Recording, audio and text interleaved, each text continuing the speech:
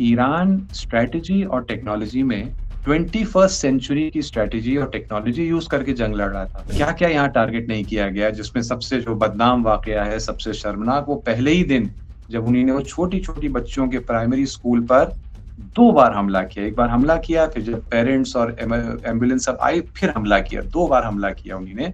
America से बातचीत का पर कोई भरोसा नहीं किया जा सकता। जो इनकम ईरान की है, इस जंग में बहुत कमाया है ईरान ने। कैसे? क्योंकि तेल बेच रहा है। ईरान का तेल इस वक़्त ब्रेंट क्रूड से भी ज़्यादा महँगे रेट पर बिक रहा है इस वक़्त।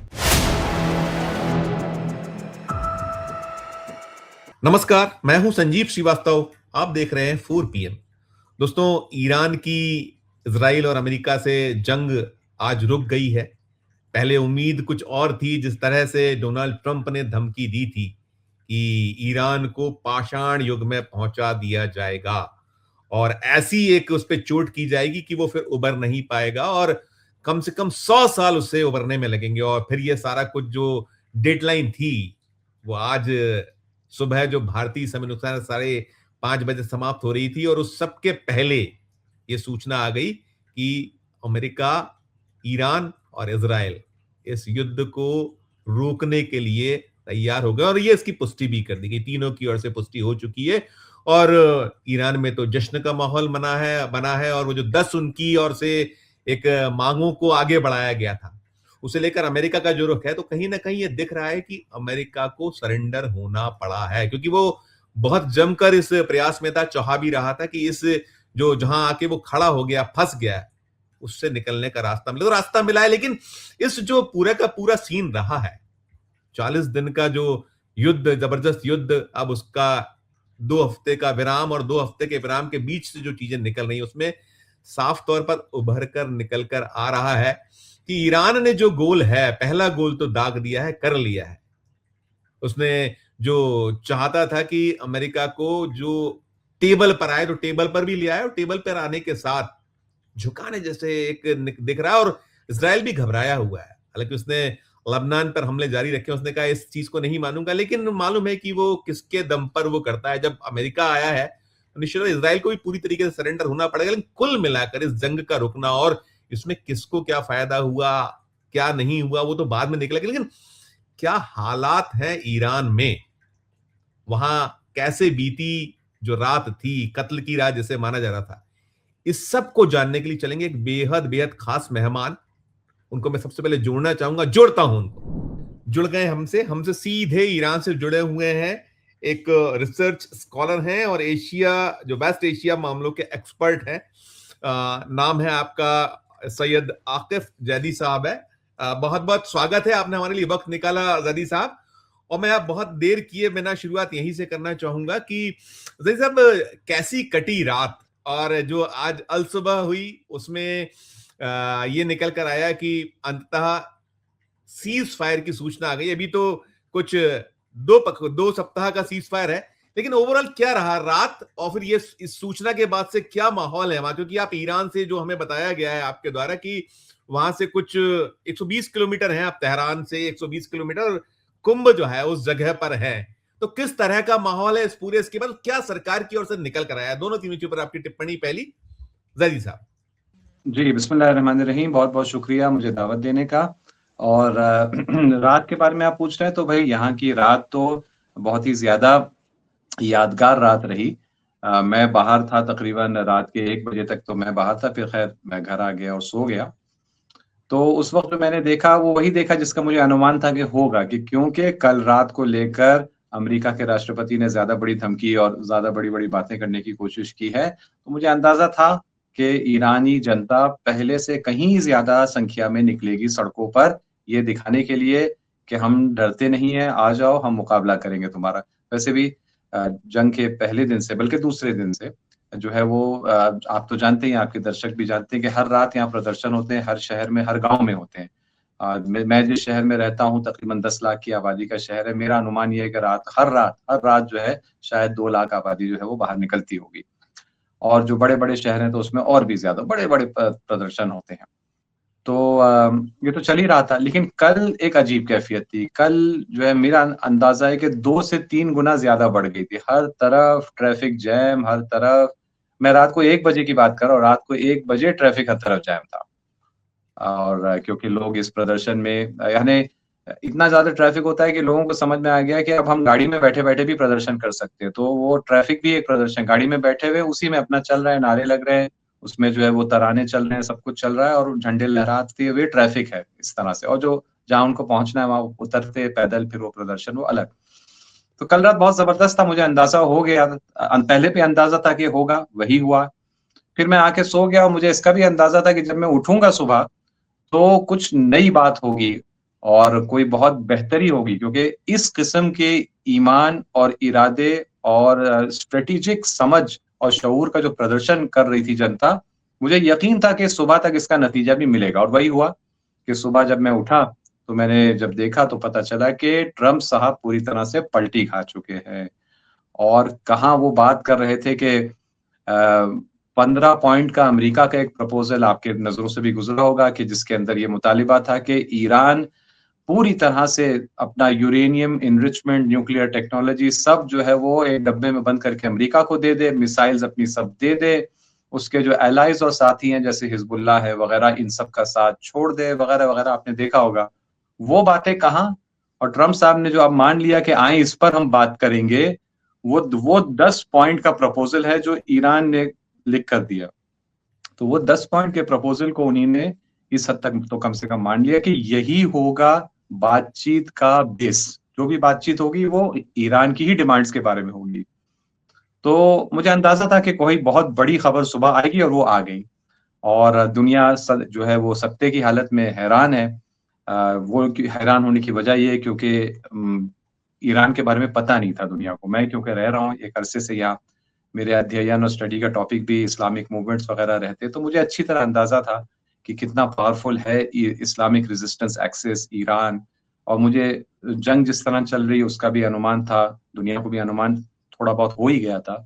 तो मुझे कोई ताज्जुब और अचंभा नहीं है और यही नतीजा होने वाला था। अलबत्ता वह ये फाइनल परिणाम अभी नहीं है। यहाँ पर जनता ये समझ रही है, यहाँ के जो एक्सपर्ट्स हैं, यहाँ की जो हुकूमत के ओहदेदार हैं, सब ये बयान भी दे रहे हैं कि वो जो नेशनल सिक्योरिटी काउंसिल का एक लंबा-सा बयान है फ़ारसी में, वो मैंने पूरा गौर से पढ़ा है। उसमें क्लियरली लिखा है जंग खत्म नहीं हुई है। जंग का फ़ोकस अब शिफ्ट हो गया है उस मैदान से जिसमें मिसाइल और ड्रोन चलते हैं, उससे शिफ्ट होके डिप्लोमेसी के मैदान में अब जंग हो रही है। और हम इसमें इसी नियत से दाखिल हो रहे हैं कि ये जंग का ही हिस्सा है। पब्लिक से कहा गया है कि जिस तरह आप 40 रातों से सड़कों पर आप हैं, प्रदर्शन कर रहे हैं, हिमायत कर रहे हैं, सपोर्ट कर रहे हैं, आप जारी रखिए इसको। अगर इस्लामाबाद तक जाने की नौबत आई तो हमारे डिप्लोमैट्स को ये पता होना चाहिए कि मिलियंस की तादाद में सड़कों पर लोग हैं, उनको सपोर्ट कर रहे हैं वहाँ ईरान में। अलबत्ता ये भी मुमकिन है कि बात वहाँ तक पहुँचे ही नहीं, क्योंकि इस्लामाबाद जाने की जो बात है वो फ्राइडे को है, आज वेडनेसडे है। हो सकता है इस बीच में कुछ गड़बड़ हो जाए, खासतौर पर इसराइल की तरफ से सैबोटाज, क्योंकि इसराइल की पैनिक की हालत बहुत बुरी है आज सुबह से। और हो सकता है कि उसकी तरफ से सैबोटाज करने की कोशिश की जाए कि जिसके नतीजे में मुमकिन है कि इसमें लेबनान पे हमले जारी हैं, उन्होंने उसको नहीं माना। उस पोर्शन को 10 जो पॉइंट्स हैं उसमें एक ये भी था कि सबको सारा कुछ बंद हो, वो नहीं माना जी उन्होंने। बिल्कुल, बिल्कुल, बिल्कुल। वो उनकी पैनिक की निशानी है कि वो जबकि वो है बुनियादी तौर पर इसराइल जो है वो अमेरिका के प्रॉक्सी है, अमेरिका पर पूरी तरह डिपेंडेंट है, कोई राज़ की बात नहीं है, पूरा उनका मिलिट्री बजट, सप्लाइज़ वगैरह सब अमेरिका से आती है। लेकिन वो पैनिक की हालत है। अमेरिका के लिए तो देखिए ऑप्शन है कि वो हार गया, पिट गया तो चलो यहाँ से चुपके से निकल जाओ, जो बची-खुची थोड़ी इज़्ज़त है लेकिन निकल जाओ। अमेरिका हज़ारों किलोमीटर यहाँ से दूर है।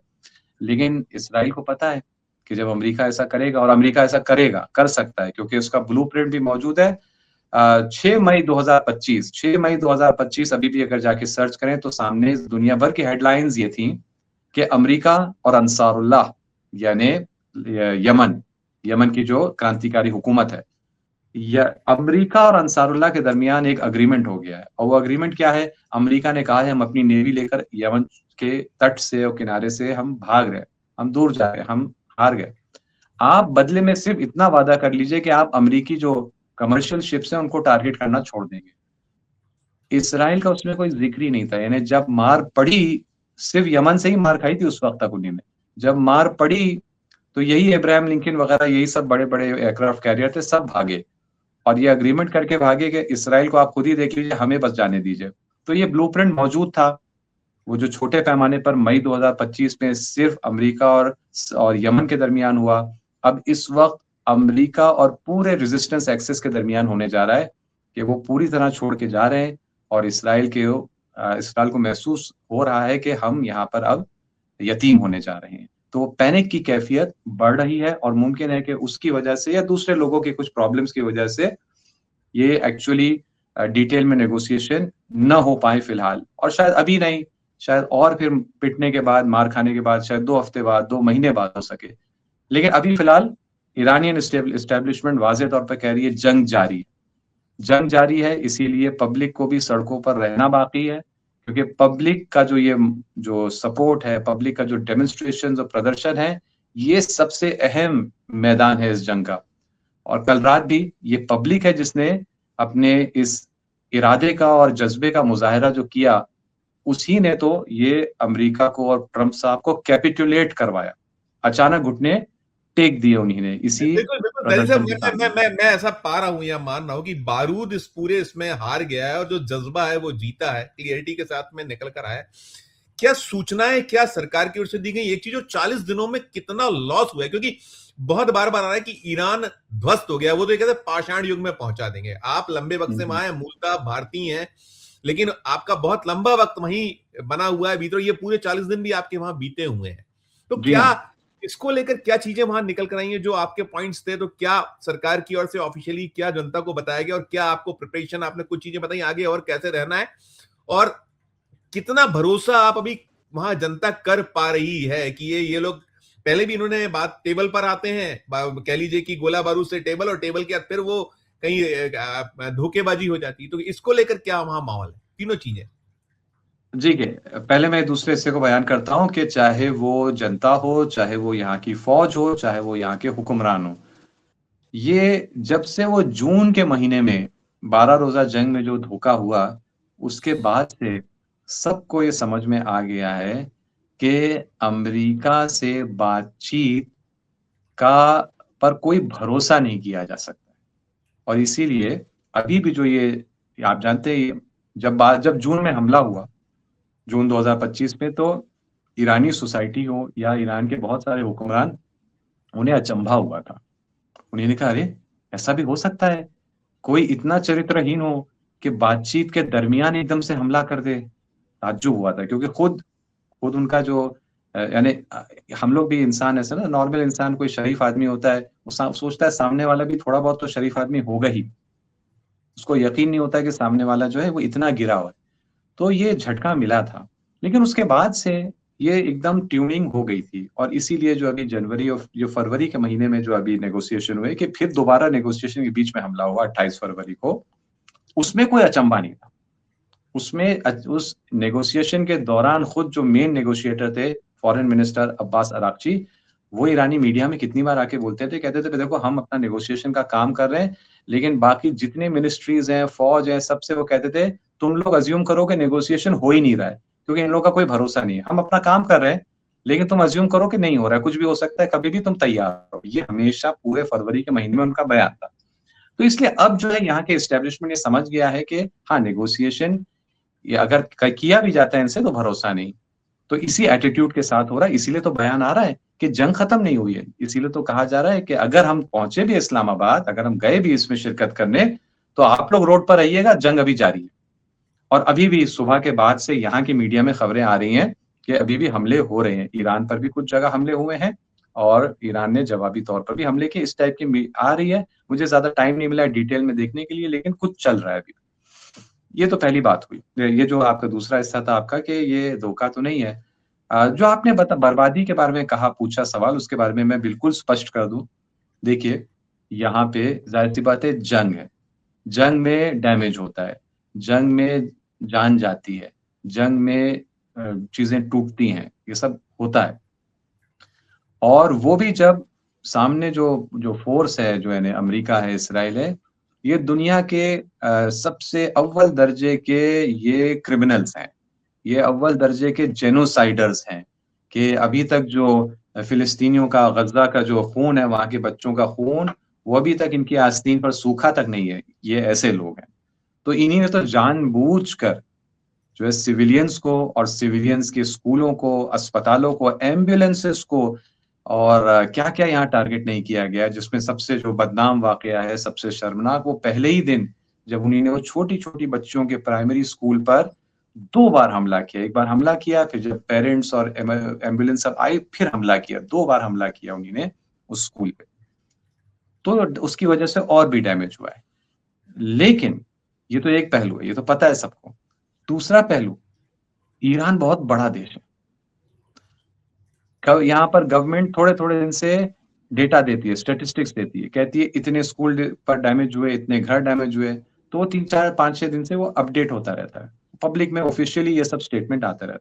मैंने लास्ट जो चंद दिन पहले देखा था, तो ऑलरेडी 1,15,000 सिविलियन एसेट्स, यानी चाहे वो घर, ज्यादातर तो घर ही थे उसमें, फिर कुछ दुकानें और हॉस्पिटल और क्लिनिक वगैरह, स्कूल्स वगैरह, इन सबको मिलाकर 1,15,000 का फिगर था। शायद अब हम बात करें, शायद वो बढ़ के 1,30,000 भी हो चुका हो, वो मुमकिन है। वो ओपनली सब डिक्लेयर होता है यहाँ पे डिटेल में, और डेली अपडेट भेजी जाती है इंटरनेशनल रेड क्रॉस को, यूनाइटेड नेशंस को, यूनिसेफ को, क्योंकि बहुत ही सीरियस है ईरान इस बार, कि हर चीज का वो जवाब लेगा, यानी हर चीज का मुआवजा और कॉम्पनसेशन लेगा, और हर वॉर क्राइम के लिए मुजरिम को ढूंढ निकालेगा, सजा देगा। तो वो उसके लिए जो पेपर वर्क है वो डेली बेसिस पर चल रहा है ईरान में, बहुत बड़े पैमाने, तो और पब्लिक में भी अनाउंस हो रहा है। तो ये सब हुआ तो, लेकिन देश बहुत बड़ा है ये। यहाँ पर जैसे मैं जिस शहर में रह रहा हूँ, और अक्सर शहर ऐसे ही है, क्योंकि मैं दूसरे लोगों से भी बात करता रहता हूँ। यहाँ पर जिस शहर में मैं रह रहा हूँ, 40 दिन हो गए जंग के, 10 बार भी इस शहर के अंदर डायरेक्ट कोई हिट नहीं हुआ है। 10 बार भी नहीं हुआ है, 7 बार या 8 बार हुआ है कि किसी लोकेशन, बिल्डिंग, किसी चीज पर हमला किया गया। तो जाहिर सी बात है, 10 लाख की आबादी का ये शहर है, उसमें जो है 7-8 बार हमला हुआ है, तो लाइफ जो है वो तकरीबन नॉर्मल चल रही है। और इसी तरह कई ऐसे शहर हैं जहाँ तो एक बार भी हमला नहीं हुआ है। कुछ ऐसे हैं कि पूरी जंग में भी 1 या 2 धमाके हुए। बहुत बड़ा देश है ये। कॉन्सेंट्रेट किया गया हम लोग। पुल को उड़ा दिया, वो पुल को उड़ा दिया जाना, जो सबसे बड़ा पुल कहला रहा है, वो उसको उड़ाना, हाँ, हाँ। तेहरान में बहुत बर्बादी। लेकिन जिंदगी कैसी चलती रही? थोड़ा सा एक छोटा सा एक नोट इस पे आप। जी, मैं आपको बता दूं, जाहिर सी बात है, जंग चल रही थी, तो सबके माइंड पर जंग का एक टॉपिक था, सब लोग न्यूज देख रहे हैं तो वगैरह सब कुछ। और स्कूल्स ऑनलाइन हो गए थे, और अभी भी ऑनलाइन है स्कूल्स, तो उससे लाइफ में तो डिफरेंस आया है, उसमें कोई शक नहीं। लेकिन उसके अलावा लाइफ चल रही थी। पूरी जंग में कोई ऐसी जगह नहीं, कोई गांव भी नहीं, कि जहां पर आप बोले बिजली कट गई और अब बिजली नहीं। अगर बिजली कटी हमले की वजह से, चंद घंटे में उसको कनेक्ट कर दिया। पानी की सप्लाई इसी तरह। यहाँ पर हर गांव में गैस की पाइपलाइन होती है, सिलेंडर विलेंडर नहीं होता है यहाँ पे। हर जगह गैस की पाइपलाइन है, हर जगह पानी की पाइपलाइन है, गांव तक में। वो अगर डैमेज होती थी हमले में, और होती थी, 2 घंटे, 6 घंटे, 10 घंटे, 12 घंटे में सब रिकनेक्ट हो गया। कोई ऐसी जगह नहीं जहाँ पे। कल तक तो पूरा रेलवे का नेटवर्क चल रहा था, कल टारगेट किया इसराइल ने रेलवे नेटवर्क को, तो थोड़ा डैमेज हो, सब सारी ट्रेन चल रही, सारी बस सर्विस चल रही, हाँ फ्लाइट्स बंद थी सब, डोमेस्टिक हो चाहे इंटरनेशनल हो, बंद थी। बाजार नॉर्मल, बाजार में भीड़ थी। अभी यहाँ पर नौरोज गुजरे, ईद ईद अभी गुजरी, ईद की शॉपिंग सब कुछ सब नॉर्मल चल रही थी। किसी चीज की शॉर्टेज नहीं बाजार में, न पहले थी न अब है। बल्कि अजीब बात यह है कि कुछ चीजें तो और सस्ती हो गई जंग में, और गवर्नमेंट ने बहुत अच्छी तरह मैनेज किया सप्लाईज को, और लोगों ने भी बहुत अच्छा सपोर्ट दुनिया में किया। महंगाई बढ़ रही थी, वहां सस्ता हो रहा था, ऐसा वहां ये सस्ता बड़ा। हो रहा है। उसकी उसकी एक दो वजह है। एक तो ये कि ये अहम पॉइंट है, इस जंग में सब लोग कह रहे हैं ईरान इसके बाद, इस जंग के बाद सुपर पावर बनेगा वगैरह, वो सब बात सही भी है, लेकिन वो बनेगा, बन रहा है। मैं बस वो बता दूं जो हासिल हो चुका है, जो फायदे हासिल हो चुके हैं। प्लीज। सिर्फ जो जो इनकम ईरान की है, इस जंग में बहुत कमाया है ईरान ने। कैसे? क्योंकि तेल बेच रहा है। पहले वो उसको बेचने पर पाबंदी थी, अब बाकी सब पर पाबंदी है, ईरान आजादी से बेच रहा है। यहाँ तक कि अमेरिका ने भी सैंक्शंस हटा दिए। इतना मजबूर हुआ अमेरिका, कि अमेरिका ने वो सैंक्शंस जो इतने अग्रीमेंट, न्यूक्लियर अग्रीमेंट, नेगोशिएशन, क्या क्या कभी नहीं हटाए, जंग के चंद दिन में हटा दिए, खुद ही हटा दिए। क्योंकि उसने देखा कि भाई अगर नहीं हटाएंगे तो तेल के दाम और बढ़ जाएंगे, तो उसने हटा दिया। पहले ईरान जो मार्केट रेट हुआ करता था उससे कम दाम पे ईरान तेल बेचता था, तो सब बाहर कहते थे नहीं भाई आपका तो बड़ा सैंक्शन का प्रॉब्लम है, हम आपसे तेल लेंगे तो अमेरिका नाराज होगा, तो हम तभी लेंगे आप जब भारी डिस्काउंट देंगे। तो बहुत भारी डिस्काउंट पर ईरान तेल बेचता था। अब जो मार्केट रेट है उससे ज्यादा कीमत पे, एक तो मार्केट रेट बहुत बढ़ गया है तेल का, दूसरा उससे ज्यादा दाम पे ईरानी तेल बिक रहा है। क्यों? क्योंकि बायर को यकीन है कि अगर ईरान से मैं तेल लूंगा तो वो डिलीवर होगा। बाकी सबका अभी कोई भरोसा नहीं कि वो अपनी शिप निकाल पाएंगे स्ट्रेट ऑफ हॉर्मुज से या नहीं। तो इसीलिए ईरान का तेल इस वक्त ब्रेंट क्रूड से भी ज्यादा महंगे रेट पर बिक रहा है इस वक्त। और जो पुराने भी जो लोग अपने पेमेंट रोके हुए थे, ईरान से तेल खरीदा था, नहीं दे रहे थे, वो भाग भाग के दे रहे हैं, कह रहे हैं आगे के लिए हम आपको एडवांस में पेमेंट देते हैं। तो फॉरेन एक्सचेंज बहुत रिजर्व्स बढ़े ईरान के इस पूरे पीरियड में, और यहाँ तक कि बाज एक्सपर्ट्स का कहना है कि जो ईरान फीस ले रहा है स्ट्रेट ऑफ हॉर्मुज से शिप से गुजरने की और लेता रहेगा, अगर हम उनको उसको काउंट ना भी करें, सिर्फ जो तेल में जो कई बिलियन डॉलर्स इस एक महीने में कई बिलियन डॉलर एक्स्ट्रा इनकम हुई है, उसको ही अगर हम मद्देनजर रखें तो शायद जितना सिविलियन इंफ्रास्ट्रक्चर यहाँ डैमेज हुआ है उसको हम भरपाई उसी पैसे से कर लेंगे। और लेकिन सिर्फ पैसे की बात नहीं, 100 साल पीछे पहुंचाने की बात है, लेकिन कई साल पीछे तो हो गया है शायद। क्या अभी क्या आप पा रहे हैं वहां? कितना कितना मैं वक्त आपको बता लगेगा? दूं, मैं प्लीज। आपको वक्त, बहुत अच्छा सवाल, वक्त। कल ये बयान आया, ऑफिशियल बयान, तेहरान जिसमें सबसे ज्यादा अटैक हुए, तेहरान सबसे ज्यादा टारगेट हुआ है, जी हाँ, जी यहाँ हाँ। का सबसे बड़ा शहर भी है, तकरीबन 1.25 करोड़ की आबादी। तेहरान के मेयर का कल बयान है, कह रहे हैं कि अब तक जंग में तेहरान में 33,000 घर डैमेज हुए, चाहे वो छोटा मोटा डैमेज हुआ या कई सारे तो पूरी तरह से ध्वस्त कर दिए गए, क्योंकि वो सिविलियन सेंटर्स पर अटैक करता है ये जो अमेरिका है। 33,000, उसमें उन्होंने कहा 13,000 को हमने रिपेयर करके रिकंस्ट्रक्ट करके उनके ओनर्स को वापस दे दिया, वो फैमिलीज वापस आके रह रही हैं, यानी क्या बात है? ऑलरेडी। 13,000, जी हाँ, 33 में 13। ओह, जी हाँ, कल का ये ऑफिशियल स्टेटमेंट है तेहरान के मेयर का कि ओह, 33,000 में से 13,000 वापस रिपेयर होके मरम्मत होके मिल गए फैमिलीज को, उसमें आपस उसमें रह रही है। और इस बीच में जो भी घर डैमेज होता था तो तेहरान म्यूनिसिपैलिटी अपने खर्चे पर होटल में ठहराती थी और 3 टाइम का खाना देती थी, जितने भी दिन लगेंगे। और अभी भी लोग होटलों में हैं, क्योंकि जाहिर सी बात है अभी सारे घर तो नहीं रिपेयर हुए, सारे घर तो रिकंस्ट्रक्ट नहीं हुए, तो पूरा खर्चा वो वहां की म्यूनिसिपैलिटी उठा रही है इनको ठहराने का, रिकंस्ट्रक्ट करने का, और उसके बाद घर वापस उनको। अभी जंग चल रही है और 33,000 में से 13,000 ऑलरेडी बन के वापस मिल गए। तो आप इससे आप अंदाजा लगा दीजिए कि कितना पीछे ईरान गया है, इससे खुद आप अंदाजा लगा लीजिए। तो ये तो सिर्फ आर्थिक बात है। उसके अलावा अब देखिए जो अभी ब्रिज तोड़ा है वगैरह सब, देखिए एक तो यकीन है डैमेज हुआ है, इससे कोई इनकार नहीं, जंग है, जंग में तो होता है डैमेज होता है, लेकिन ईरान में सैंक्शंस की वजह से यहाँ पर जो लोकल इंडिजिनस मकामी जो टैलेंट टेक्नोलॉजी सब कुछ है, क्योंकि उन्हें सब कुछ खुद ही करना पड़ता है। अब सऊदी में कोई पुल टूटता है तो कौन इसमें इसी बनाता में है?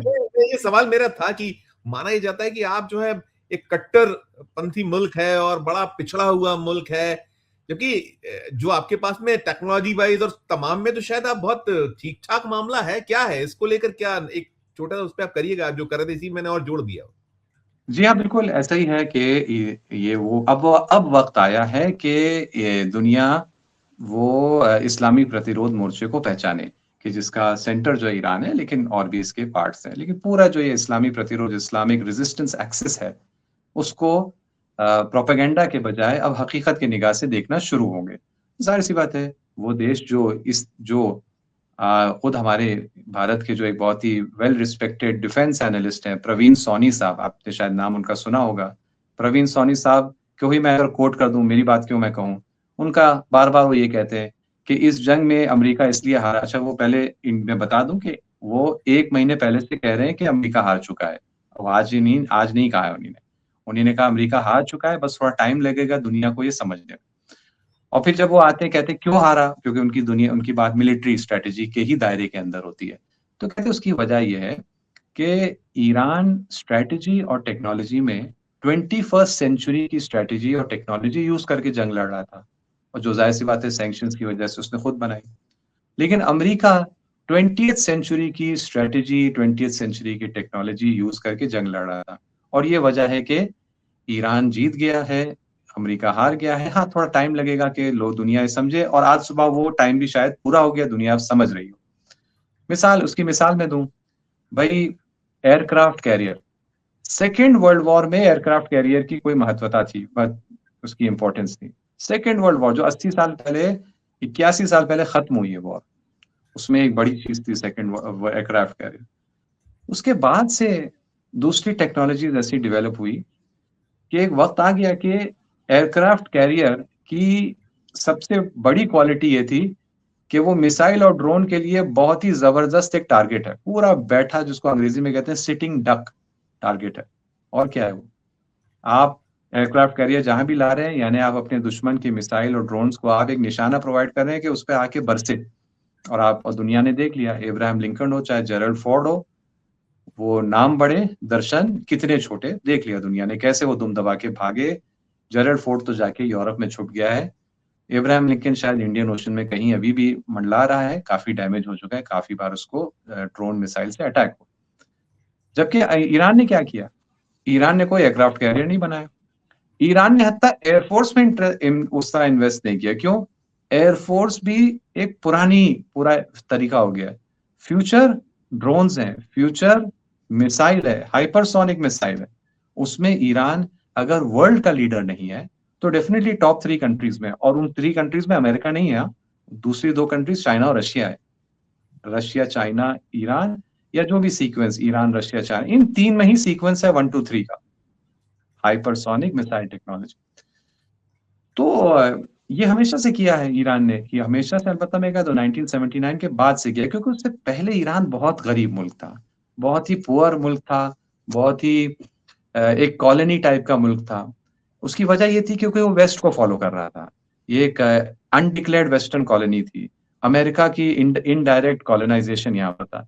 लेकिन जब से उन्होंने इस्लामी क्रांति का रास्ता इख्तियार किया, इस्लामिक आइडियोलॉजी पर बेस्ड रेजिस्टेंस का रास्ता इख्तियार किया, तो साइंस एंड टेक्नोलॉजी में इस मंजिल पर पहुंचे कि मिलिट्री एक्सपर्ट्स कहते हैं कि ये 21st सेंचुरी की लड़ाई लड़ रहे थे, अमेरिका 20th सेंचुरी, और सारी दुनिया देखती है कि नैतिकता की उस मंजिल पर पहुंचे कि हथियार बनाने की क्षमता रखने के बावजूद अपने धार्मिक उसूलों की वजह से उन्होंने परमाणु हथियार नहीं बनाए, जबकि सामने वाला जो दुश्मन है वो परमाणु हथियार रखता है, उसको इस्तेमाल भी कर चुका है 1945 में जापान में, और बार बार धमकी भी देता है।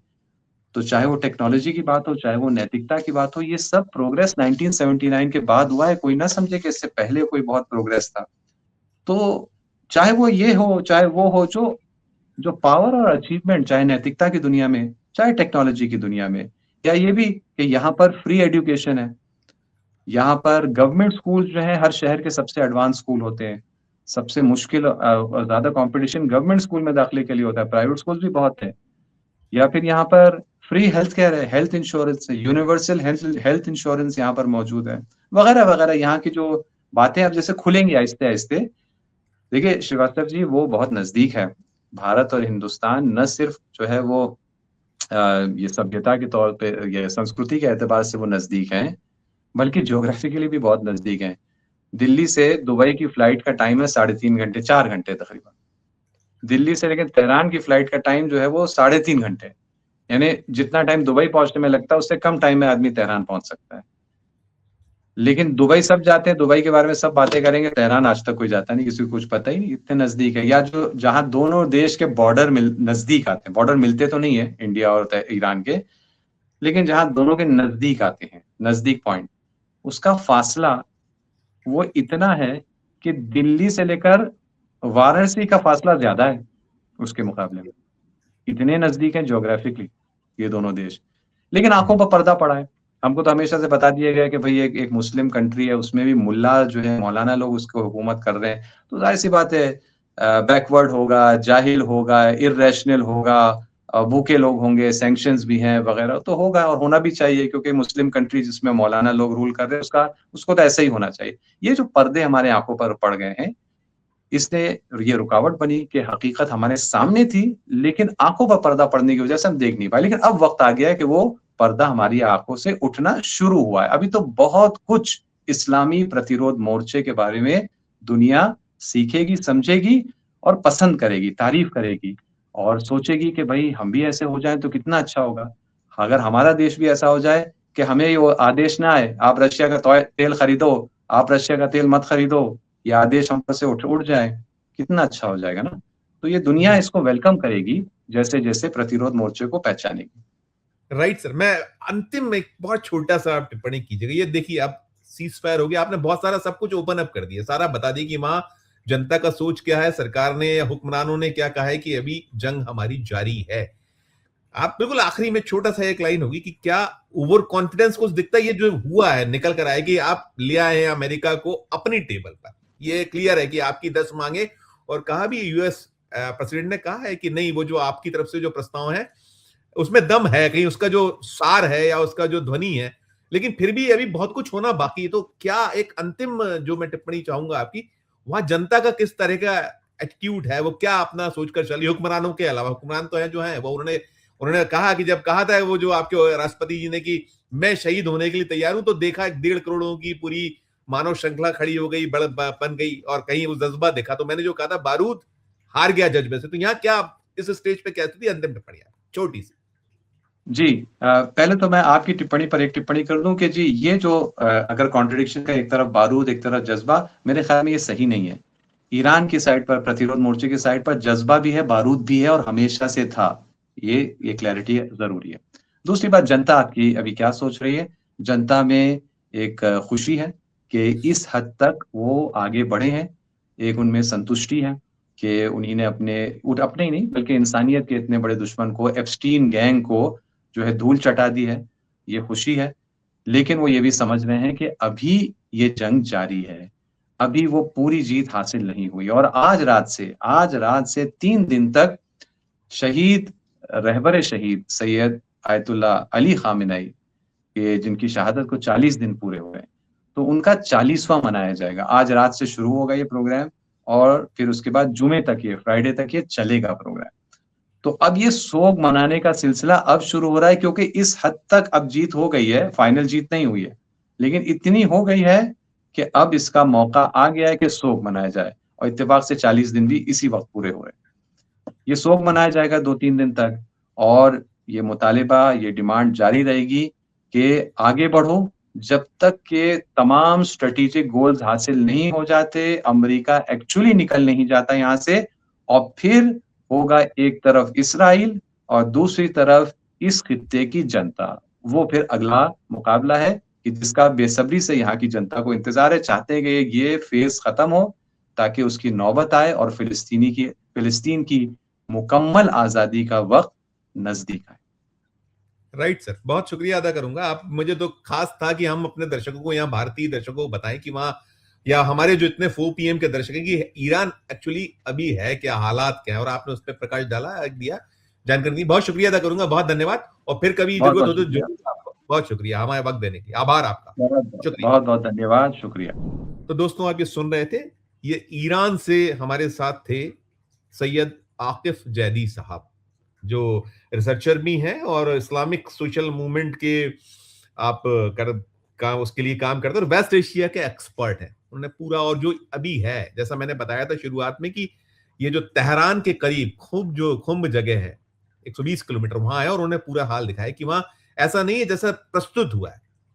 ईरान एक अलग तासीर का मुल्क है, और उसमें जो कुछ हुआ उससे वो निपटने की तैयारी में, और आगे भी वो पूरी तरीके से ताकत से वहां के लोग खड़े हुए हैं अपने हुक्मरानों के साथ, और अपनी जो जज्बा है उसके साथ, उनके जो गोल है वो करके रहेंगे, ऐसा वो बता रहे थे। इस चर्चा में इतना ही। ये चर्चा सुनने के बाद आपकी अपनी जो राय हो, आपकी अपनी जो टिप्पणी हो, जरूर इस वीडियो के कमेंट बॉक्स में जाकर कीजिएगा, और अच्छी लगे चर्चा तो चैनल को लाइक कीजिए, सब्सक्राइब कीजिए, ज्वाइन का बटन दबाइएगा तो हमारी हौसला अफजाई होगी। प्यार और इस्तेमाल देखते रहिए 4 PM।